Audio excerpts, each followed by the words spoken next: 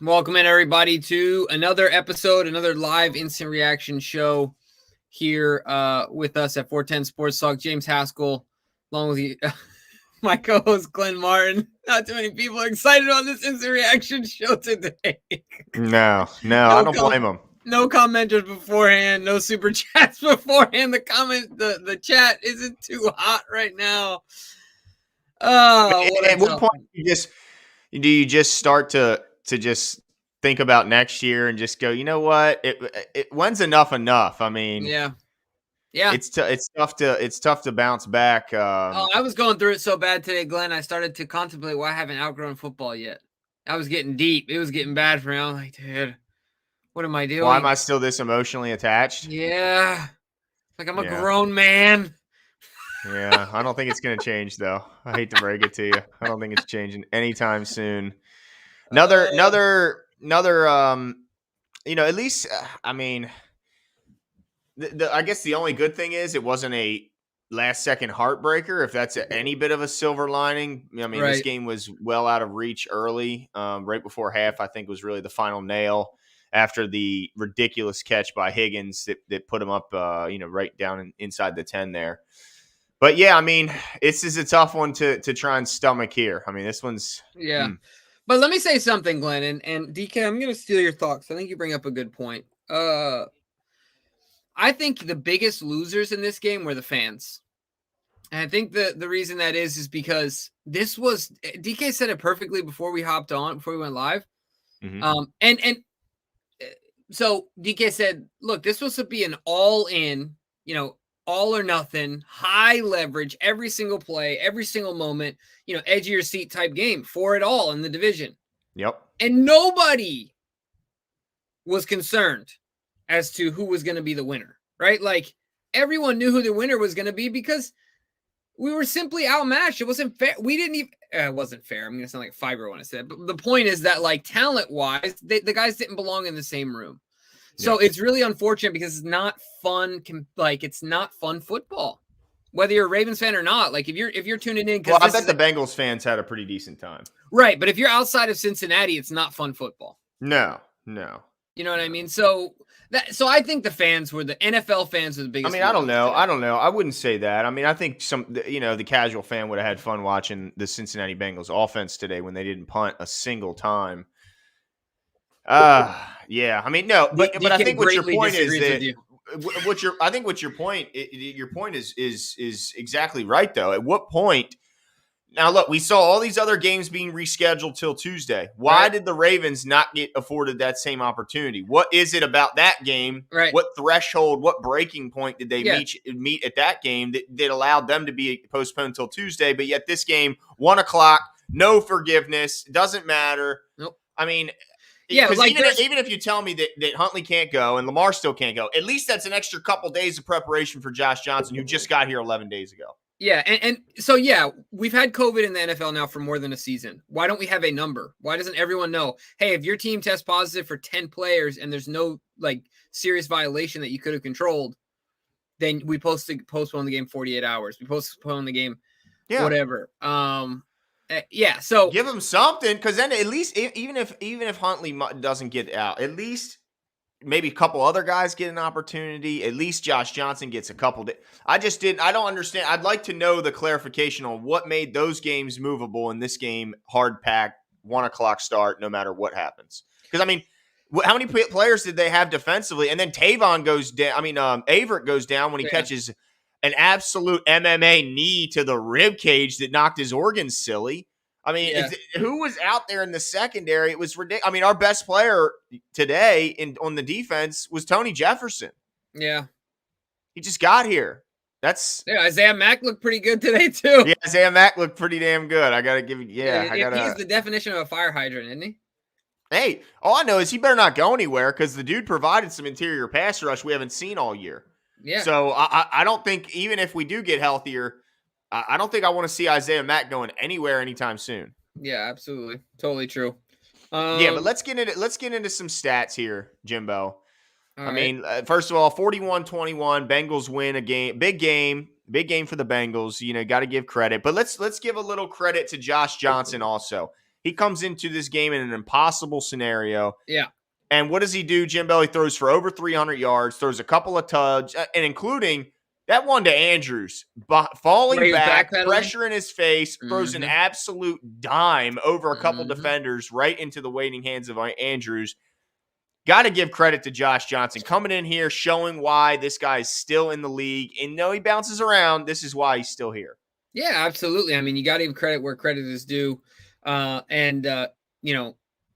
Yeah, I think you summarized it perfectly. An impossible situation. The kid came out slinging, and the command that he had on the offense from the jump was impressive.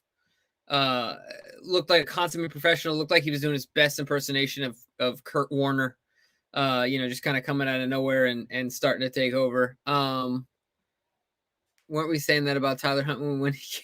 Yeah, I mean, we were. Both Certainly, but I think the difference was Josh was like not even in the locker room. But there, I don't even want to ask questions because Ravens fans are going to kill me. Well, on top of Josh Johnson did that with no running game. It's a lot of people expected we're going to lean on the running game. Had a bit of success last week.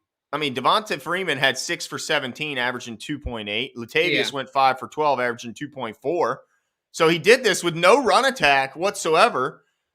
And they definitely, like, from an injury standpoint, they could have been had in the run game if they did have a perceived weakness. Certainly being thin at linebacker isn't going to help your cause. And they had DJ Reader out. Like, if we could have run the rock, like you said, I mean, yeah, certainly. So, and I want to keep talking about that, but I want to get to Laura Roten's comment here. So, are you guys concerned about Lamar not traveling with the team? I kind of wonder about that. Not sure what you wonder about that. I think it's an unnecessary risk. Like, why stay at home and don't get COVID for a third time, or you know what I mean? Like, there's more risk. I mean, also, you would know more than me, Jimmy. But as far as I know, swelling can be increased if you fly as well. High altitude is not good for healing.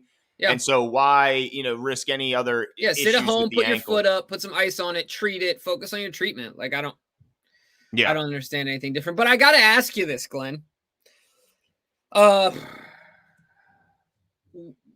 so the hurry up offense was we saw that. But the biggest thing that we've seen with Tyler and Josh, look, the Ravens got decimated today and really didn't have too much to do with Josh Johnson. Like, no, it was the defense. Yeah, the defense couldn't stop a nosebleed. Plain and simple. Right? Their punter didn't do a thing and got paid today. Yeah, he didn't. He gets a game check for nothing.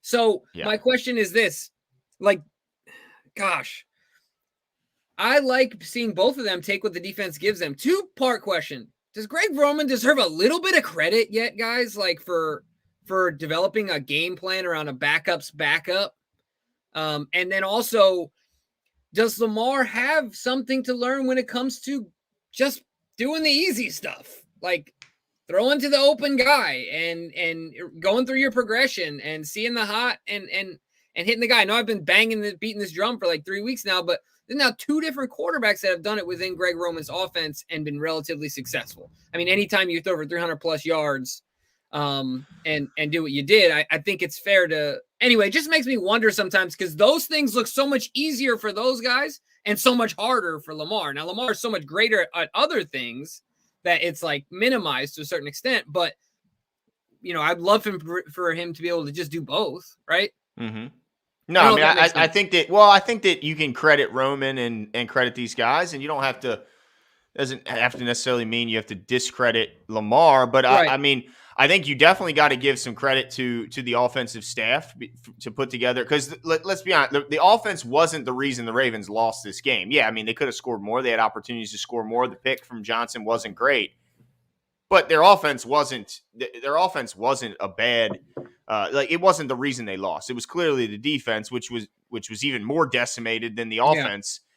Despite their, the 2 quarterbacks being gone offensively. But I mean, I think that there's no denying that he didn't, that Lamar didn't play well for a few weeks stretch, and now he's been hurt. So I think, that's working against him. But obviously, you have to give credit to this offensive coaching, the players offensively for rallying and playing well enough to where they were competitive, at least on that side of the ball. Not very competitive on the defensive side of the ball. I mean, it was bad. Joe Burrow went 37 of 46 for 525 yards, Jimbo, 4 touchdowns, no picks.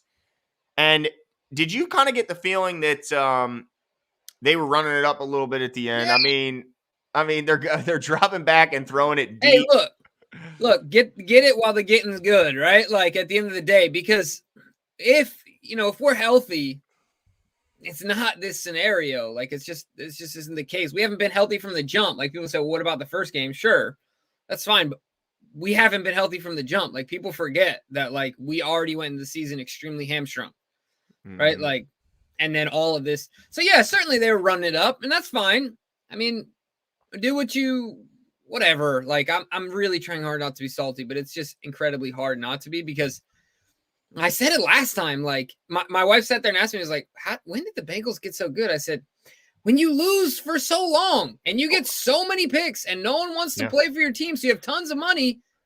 Well, they're also the healthiest team. The healthiest team in the league, and this also helps. They're the lowest penalized team, both by number of penalties and penalty yards. So they don't hurt themselves at the same time. And look, there were some questionable penalties out there today. Questionable. And that interception in the end zone, they called illegal contact or holding. I think it was holding.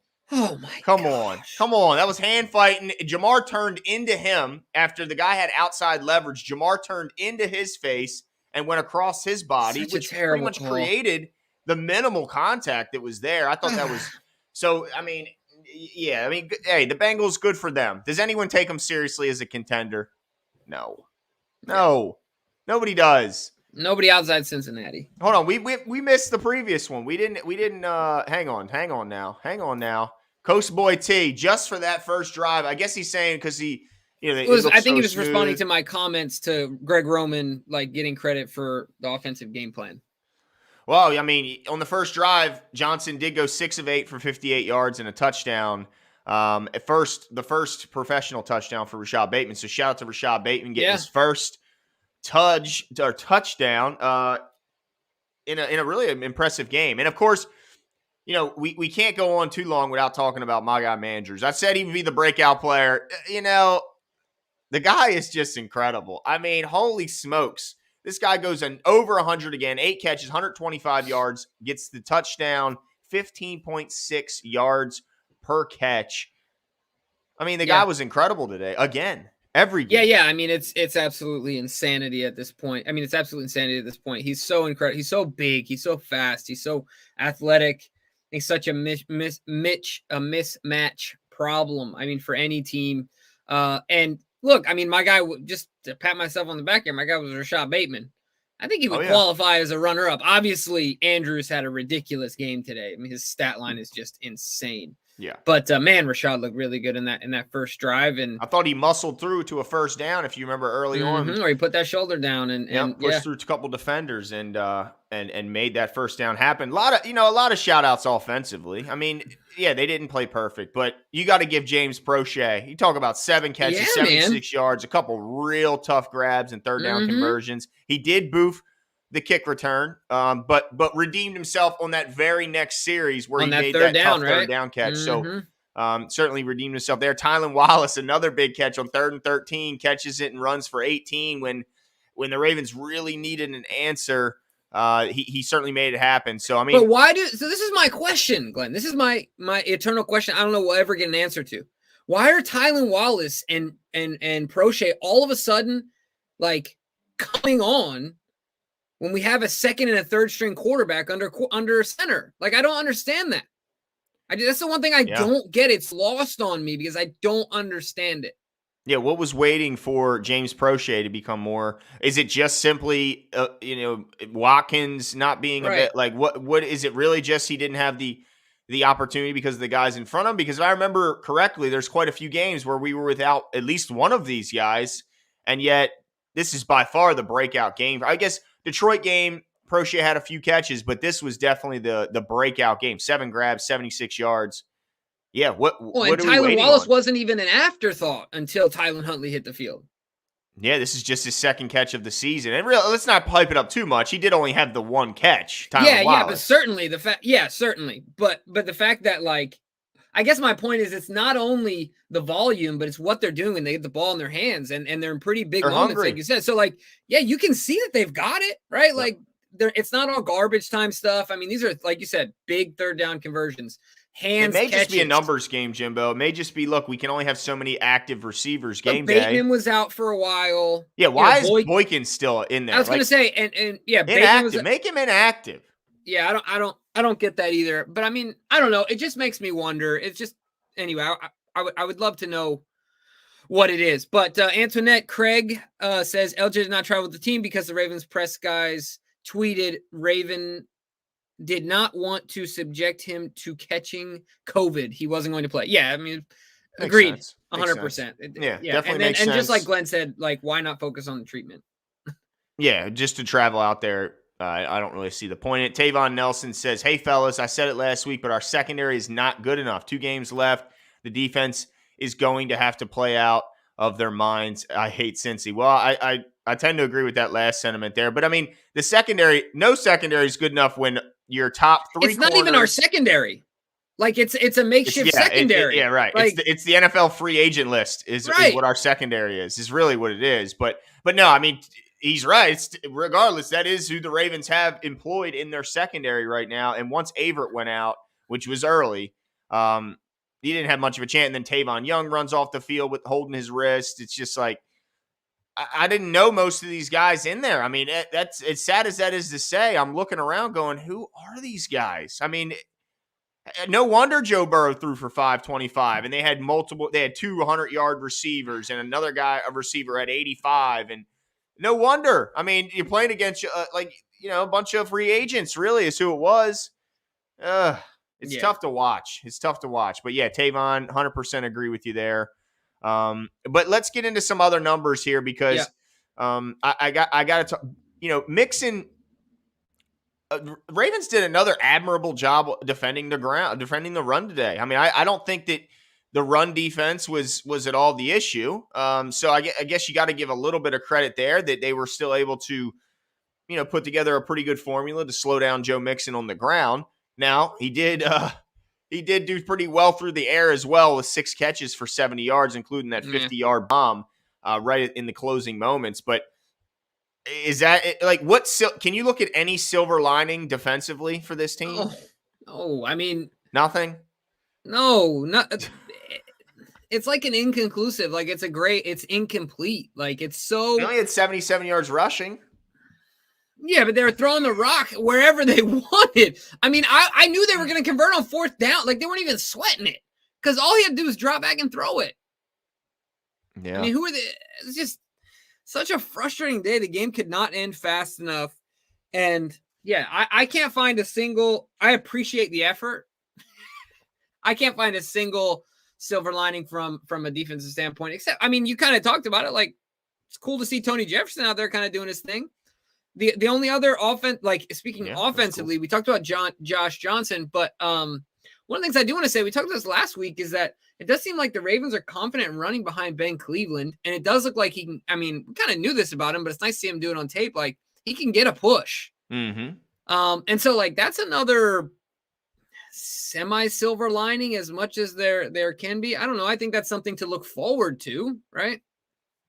Yeah, I guess so. I'm trying. Yeah, man. it's hard because you look at on the horizon, you got the Rams coming in with the best receiver statistically in the league in Cooper Kupp. Odell Beckham Jr. is next to him on the other side, and you got Matthew Stafford throwing him the ball, who was the last guy to throw for another historic receiver in Detroit in Calvin Johnson. So yeah, I mean it's hard to look at anything positive right now. I was really hoping that Indy would lose last night and that Buffalo would lose today. Both end up winning. But the Chargers lost. Yeah, in embarrassing fashion. Really kind of got destroyed by Houston. I mean, Rex Burkhead looked like 04 Peyton Hillis today. I mean, the guy went for well over 100 yards. It was like, what the hell is going on here? It's tough. But, I mean, look, here's the bottom line of it is, at the end of the day, the Ravens are still 8-7. They still have an opportunity, if they win out and maybe get a tiny little bit of help, to make the playoffs. And what if Lamar Jackson returns to practice? They get a couple other guys back off the COVID list, like their entire outside linebacker room. And I mean, and they beat the Rams next week, who, by the way, would that score end up today? Because they were in a pretty decent dog fight today as well against Minnesota. I think they were ahead the whole game, so they probably won. But there's no guarantee that they can travel all the way across the country and still get a win here in Baltimore. Yeah, they won 30-23. Yeah, absolutely. I mean, that's a ball game. And that's with Dalvin Cook being on COVID lists and them not having their best player.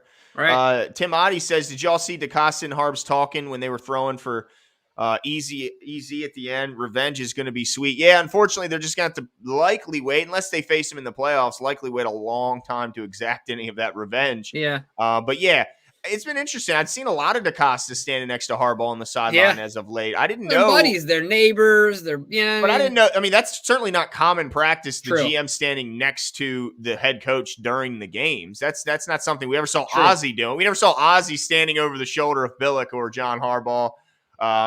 Questioning call. Of course, he's probably not doing that, but yeah, I thought it was pretty interesting that he's standing there so obviously lately. Yeah, absolutely. Hopefully the revenge comes, but all their best players are young. That's the scary part about the Bengals. Yeah, absolutely. I mean, they're going to be a good team for the future, but I've said it before, like, first of all, I just want to call out everyone in the chat that is saying fire John Harbaugh, fire Eric DeCosta. I don't get it. I simply don't get it. Like, it makes no sense. Like, do you watch football? What coach could have done anything more with this group of guys? Stop it. The Jets just played the Jags today. You want to be them? Like, stop. Number one. Number two, I agree, and this rolls right into my previous point about not firing DeCosta or John Harbaugh. They're young, like you said, so it's a tough proposition moving forward. It looks like if we can get healthy, I think that these will be the two teams that you never know in the AFC North, but these will be the two teams that will be you're right, because the other ones still don't have a quarterback. Right. No, absolutely. Big Ben is this last year. They're going to go into purgatory if they can't find one. And Baker Mayfield, let's be honest, Baker did what Baker does in big moments last night. He threw the ball to the other team. He lost the game for his team. Yep. It's just bottom line. Merry Christmas. Yeah, I mean, congratulations, Packers. Baker Mayfield is playing against you. Santa Claus came to town, dude. Like, he dressed like Baker.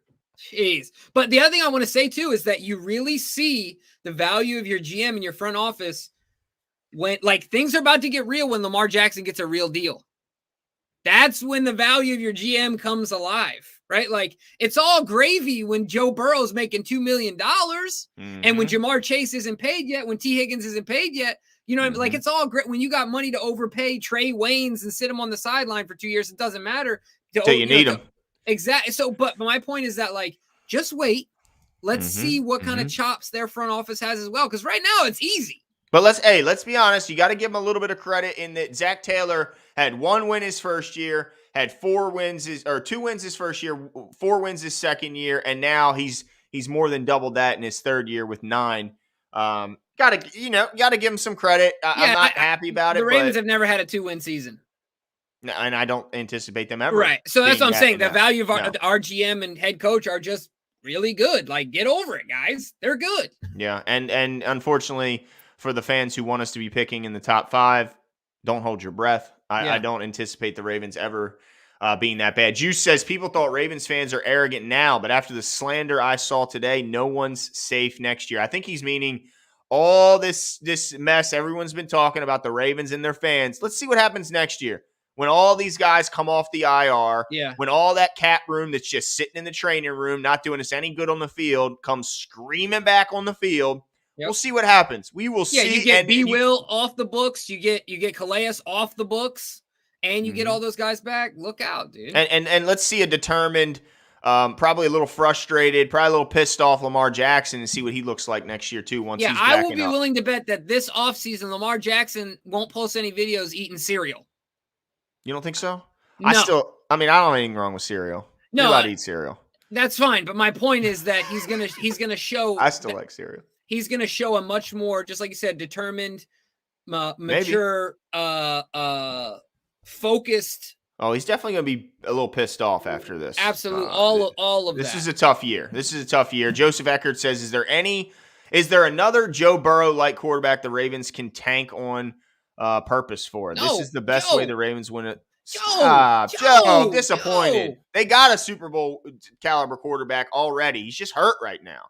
Guys, what is happening to Ravens Nation? I expect more. Like, yeah. Joe Burrow hasn't won a Super Bowl. Hell, Joe Burrow hasn't won a playoff game. He hasn't won anything of relevance in the National Football League. Stop it. Yeah, come on.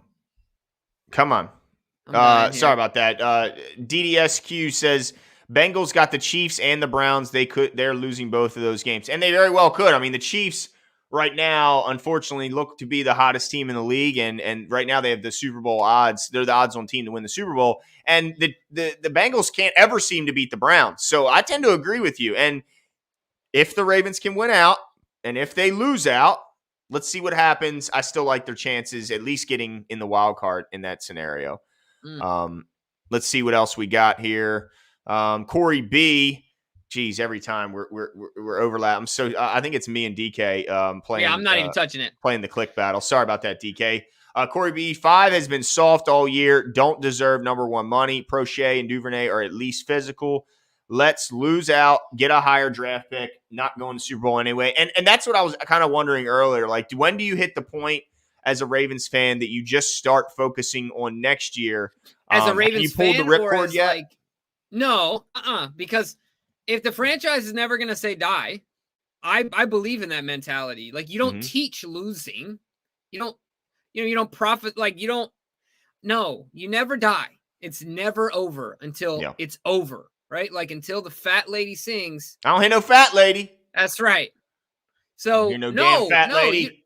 You tell me how it's turned out for the Dolphins. You tell me how it's turned out for, I mean, there's a number of other teams that, look, I think the Detroit Lions are in much better shape now than a lot of other teams, even though other teams have better picks, just like you said, because of the culture that they're building. Yeah, wouldn't you rather be the Lions than the Jaguars right now?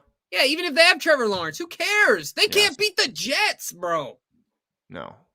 They can't even keep a head coach from just acting out, going to getting lap dances after games.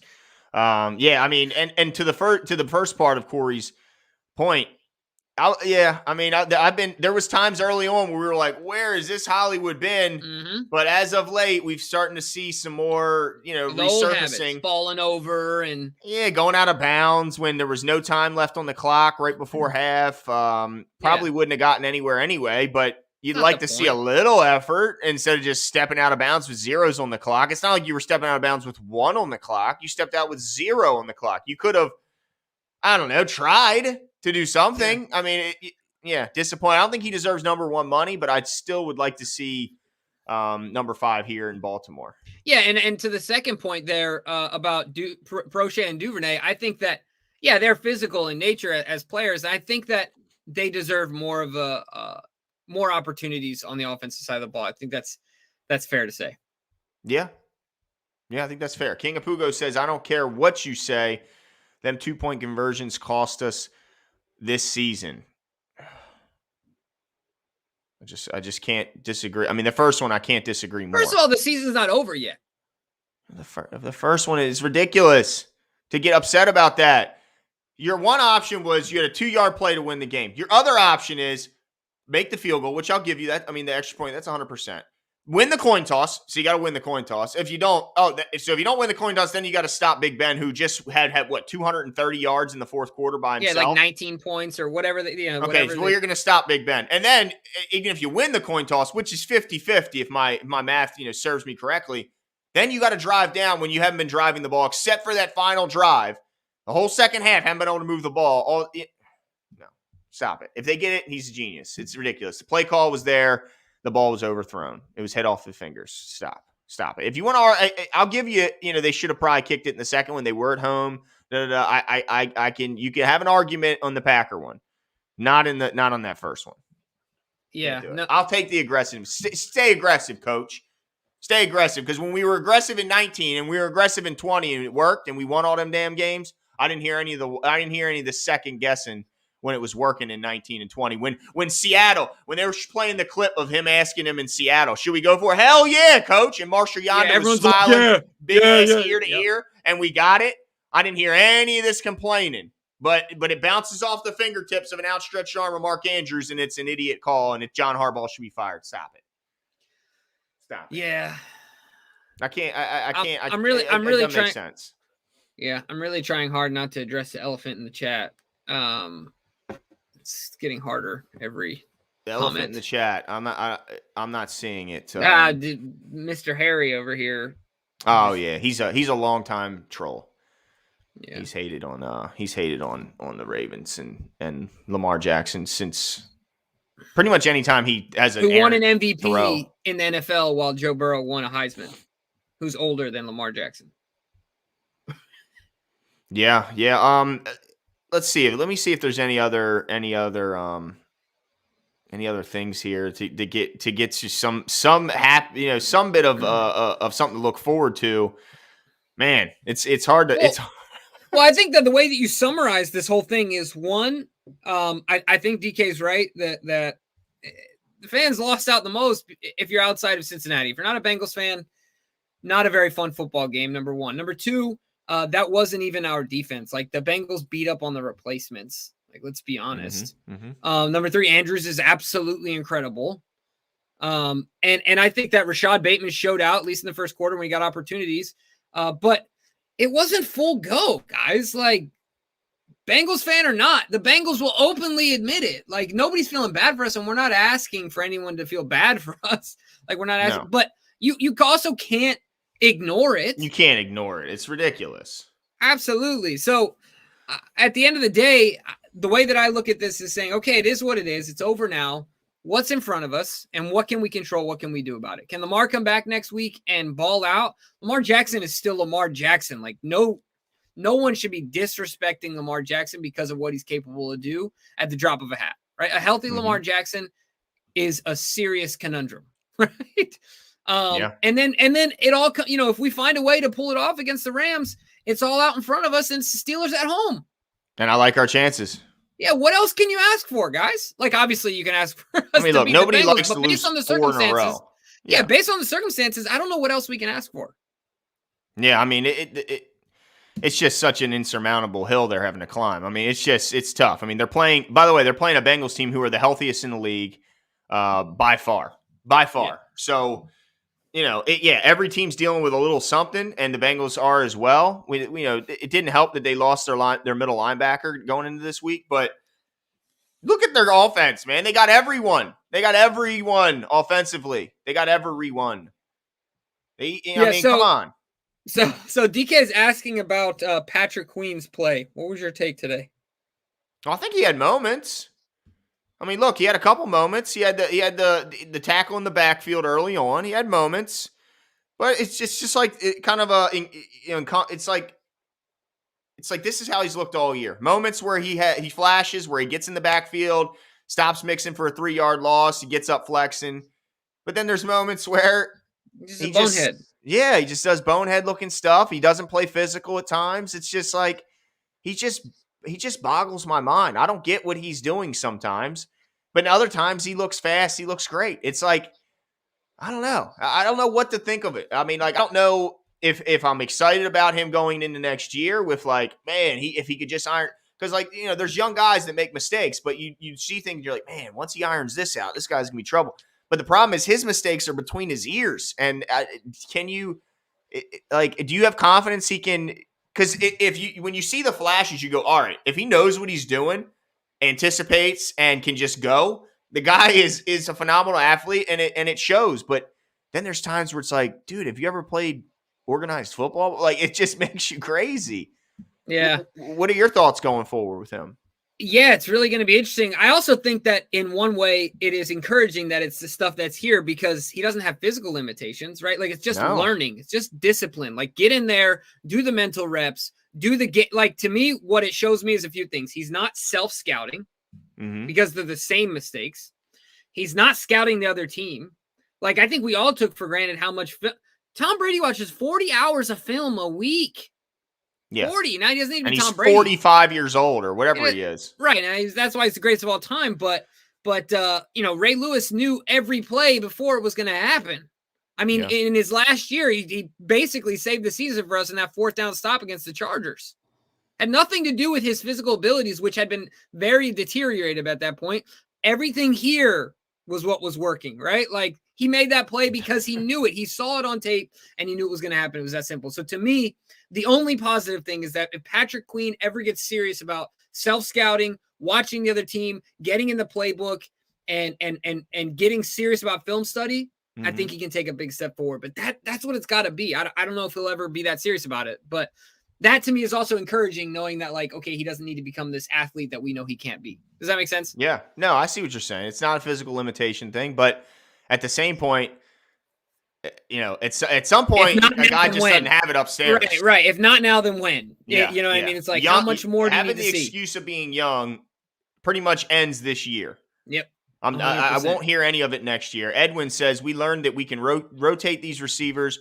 We have the talent to keep defense off balance. And that's well said, Edwin. I think I agree with you. I mean, that's one thing we have learned is that we have depth at the receiver position. That showed today with Prochet doing what he did against a pretty, healthy and hungry Bengals defense. And if you can, as long as the offensive line can do what they do and keep your passer upright, then you got some talent there, and that's encouraging. I guess if you want to look for some encouragement, you look at the wide receiver Ravens, group. And really just the pass catching group in general, because you got to include Big Mark in that group, and this guy's just been unbelievable this year.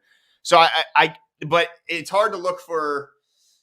Man, yeah. I mean, I agree with him. That's a pretty good point. I mean, they have shown, this offense has shown some fight, and you got to give them credit there. Antoinette says Ravens don't tank. I think it means everyone. Yeah. What's up with some of these fans' comments? Yeah, I mean, I think it's just, I don't get it. It is when you're bummed out. You're like, I don't care anymore. I'm not even trying. I don't care. I'm taking my ball and I'm going home. Like, you're just pissed off. You're frustrated. I get it. Yeah. I mean, there's times where I'm just like, I don't even care. They're not going to get this. They're not going to get fourth down. And I'm looking over my shoulder and then I'm peeking like this. Please don't get it. So it happens. I understand. But yeah, they're not going to go away. It's just not in their blood. And also, Who wants to put poor tape on the board? None of these players want to put bad tape up because it could be their job. Yep. Yeah, absolutely. All right, I think we should get to our competition. What do you think? Yeah, let's do it. Let's get into it. All right. I should have won this week, by the way. It's your fault that I didn't. Your fault that I didn't. Oh. Your fault that I didn't win. Wait, but you chose. You have free agency, Glenn. That was your fault. I should have won, but you changed yours, and then I changed mine. Wait, I changed what? You changed yours at the end. You changed your score at the end. I didn't change my score. No. I never changed. If you look at my total, it stayed the same. I forgot to change my actual scores, but my total was the same. It was just a mistake on my end, but it doesn't matter because I picked the actual winner. The score doesn't matter because the winner. When you changed your score, I changed the winner. I had the Bengals winning. Oh, but you changed the winner. You see, that was the problem, not the score. Yeah. Okay. All right. Let's get into it. All right. So every week we have a series of over-unders as well as closest to the pin challenges. And somebody this week wins a hoodie. Yeah, it's a big one. And it's the best hoodie I own. And I own a million hoodies. And of course, it's the 410 hoodie. And I'm not biased. But we do have a series of over-unders as well as closest to the pin challenges. We have an inside the show competition as well as a competition amongst the fans. And of course, we announce these results every post-game show, win or loss. So let's go over quickly the competition results within the show and announce this week's show winner. Hey, so we all tied, getting 3 of 4 of the over-enders. Anticlimactic, DK. Correct. Thank you, DK. But of course, Jimmy won the 2 tiebreakers in being closest in predicting the total yardage as well as the score. Woo. By the way, the score he correctly predicted is when he picked the Ravens to lose because he's not a real Ravens fan. First time I've ever done it on the show. I bet you felt good about being right, didn't you, Jimmy? You jerk. Well, if I'm looking for a silver lining, I would have much rather lost and been wrong. But I would never pick against I'll take the win now that it's all zeros. Nothing I can do about it now. I'll take the victory. Won't see me doing that, folks. And there's nothing more that I like doing than beating Glenn in a competition. It is one of the most rewarding and satisfying things that one can experience. I agree with Nut Nasty in the comments. The biggest disappointment I have is that Oway doesn't have 10 sacks. because he wanted you to see you eat that veiny microphone full of hot sauce. And I agree with him. I agree, especially right now in this very moment. Yeah, I'm sure, but it ain't happening. Just that simple, guys. Just look, add it to the board and check mark under James being right again. Just right, guys. Just hop on board every once in a while. Just saying. Unbelievable. Wait, DK, are you sparing Glenn this week from the graphic? We don't need the graphic. The graphic has not provided anything for this show, quite frankly. I know, I've seen a lot of laughs in the comments. Quite frankly, this graphic is unnecessary and hurtful. But anyway, let's get into the show's winning. DK, you can put it up whenever you want. Oh, here we go. Look, it broke. Good. Here we go. Hey.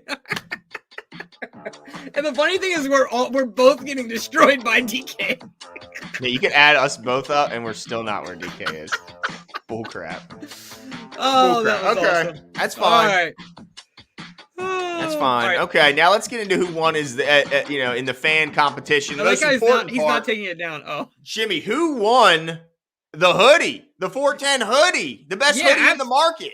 That's right, for sure. So, longtime viewer of the show, and commenter of the show, we've seen him in before. 4 out of 4, Glenn. He ran the board.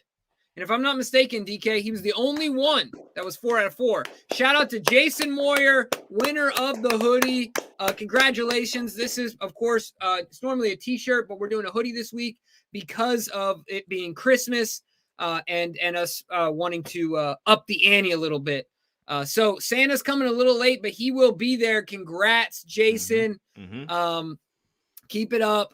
And look, maybe, just maybe, if the Ravens get the playoff, maybe the ante will be upped even more. We'll see.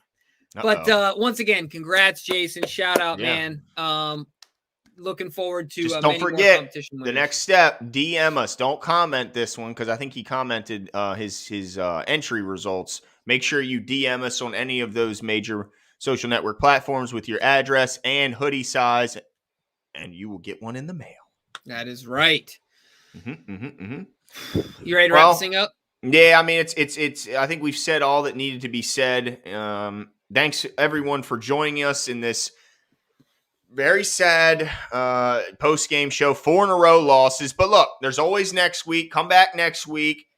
That's a long travel for the LA Rams, and hopefully Lamar Jackson will be back under center along with a bunch of other guys on both sides of the ball is kind of the hope. And I think Tavon says it perfectly to end the show. Tavon said, "Love the show. I still believe. I love it." He said, "Just hated Eli Apple talking smack, knowing we're not healthy. Love the show. If A can get healthy, anything is possible." 100% agree. Anything truly is possible with number 8 under center. And yeah, Eli Apple talked some crap, but Josh Johnson just went up and threw over 300 yards against his secondary when he's only been here for 11 days. So, Eli, chill out a little bit. It wasn't your defense that won you the football game. It was definitely the offensive side of the ball. Plus, he's a known rotten apple. My dad jokes are on point. I mean, he's a Panthers player. Let's be honest. Teams don't like it. They pay him to leave. They tend to pay him to leave, but you got to give him credit. He is playing his best football right now. We'll see what happens. Getting torched by Josh Johnson. Nice. Well, yeah, he was by James Prochet. That's right. Yeah, we'll see what happens next week. Enjoyed it, guys. Social Raven. Oh, sorry. My bad. Go ahead, dude. All right, thanks. You're the GM. The draft is today. First 3 picks are what? Man, we're not there yet. We're not there, Social Raven. I will answer the question. I tell you what, it's going to be quarterback. I think Pickett's in the top. I think. Oh, I thought that Social Raven meant what are the 3 picks for the Ravens? That's probably what he meant. Yeah. Go ahead, Jimbo. Yeah, simple. Offensive line. I mean, I wouldn't be mad. At least the first two out of the first 3 to me got to be offensive line. I'm going to say offensive line, pass rush, because who knows if Justin Houston will be back, Pernell McPhee will be gone, Snacks, Fatty will be gone. That was a little Ruthie, and I shouldn't have said it like that. So yeah, offensive line, pass rush, defensive lineman they'll probably need as well. Yeah, interior defensive because line. Because you have Calais out the door, Brandon Williams out the door. Even though Mack and and Broderick Broderick. Washington both look good. Yeah. You still need some guys up front, especially if you can get a guy early that's dropped or something of that nature. So yeah, I would, but to me, I think I would love for 2 out of the first 3 offensive linemen. However, the last thing I'll say about that is that let's remember that the pieces to have a solid offensive line are already here. It's really about health. If Ronnie and James are healthy, you got bookends. One's an all-pro, one's a right tackle. What'd you say? Hell of a name at right tackle. That's right. If he's anything like our James, that's Ravens right. He's gonna be nasty. And if we can sign Bozeman and keep him here, and then you got Zeitler and you got Cleveland, who seems to be coming on. Yeah. You know what I mean? There's still a lot of pieces, guys. So, but I think edge rusher, you're absolutely right, Glenn. I think corner. I mean, what's going to be the deal with Peters? Safety, maybe like an actual Peters better come back. I miss him. You know what? It's like you said. You don't know what you got till it's gone.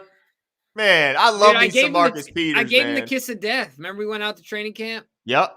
And you were chatting it up with him. Yep.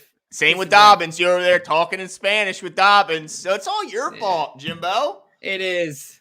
It is. I know. All right. Well, we'll be back very soon to keep you up to date on all your Ravens news. Let's go, Ravens, and we will talk soon.